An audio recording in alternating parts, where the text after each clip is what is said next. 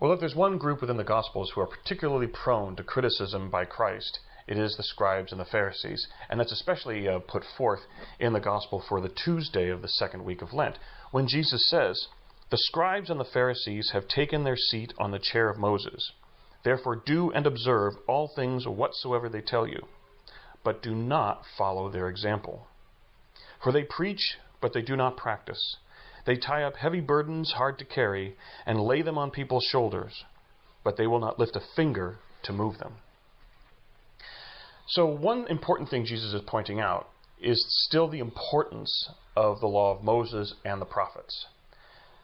And in pointing out the lack of good example in the Scribes and the Pharisees, he is not negating the importance of the law and the prophets.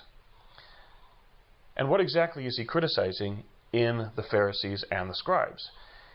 He's not criticizing the heavy burdens, because let's face it, the law of Moses is very demanding. It's a very high standard that God's people are called to live. In the same way, the Catholic Church and Christianity have very high standards that we're called to live as followers of Christ. So he's not criticizing the heavy burdens and the high standards. What he's criticizing is the fact that they will not lift a finger to move them. They are neither a good example in living them, nor do they give the people the support that they need from their shepherds to live these high standards that God has given them. As followers of Christ, we look at the leaders in our church, whether they are ordained leaders and the bishops, the priests, and the deacons, or whether they are people who are of positions of shepherding that are actually teachers, such as parents to children and teachers to students.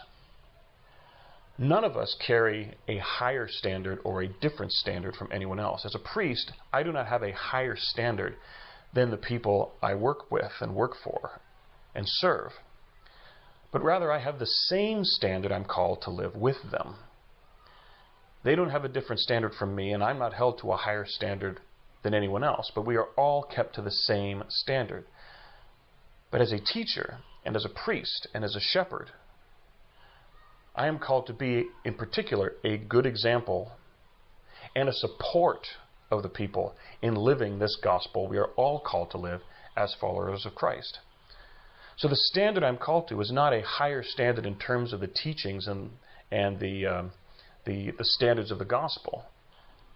My higher standard is in how I teach it, how I live it, and as a shepherd of souls, how I support those who are called to live it.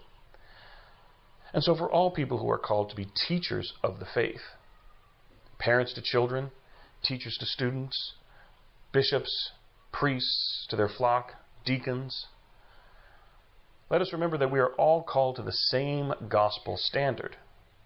But for those who are in that position to teach that, we must be A, that good example, and B, that strong support as shepherds of souls, because it is a high standard, and it is a heavy burden to live the standards given to us by Christ. But we are called not just simply to remind people of those standards, but to give them the support they need so that we together can live those standards as a community of Christ's followers.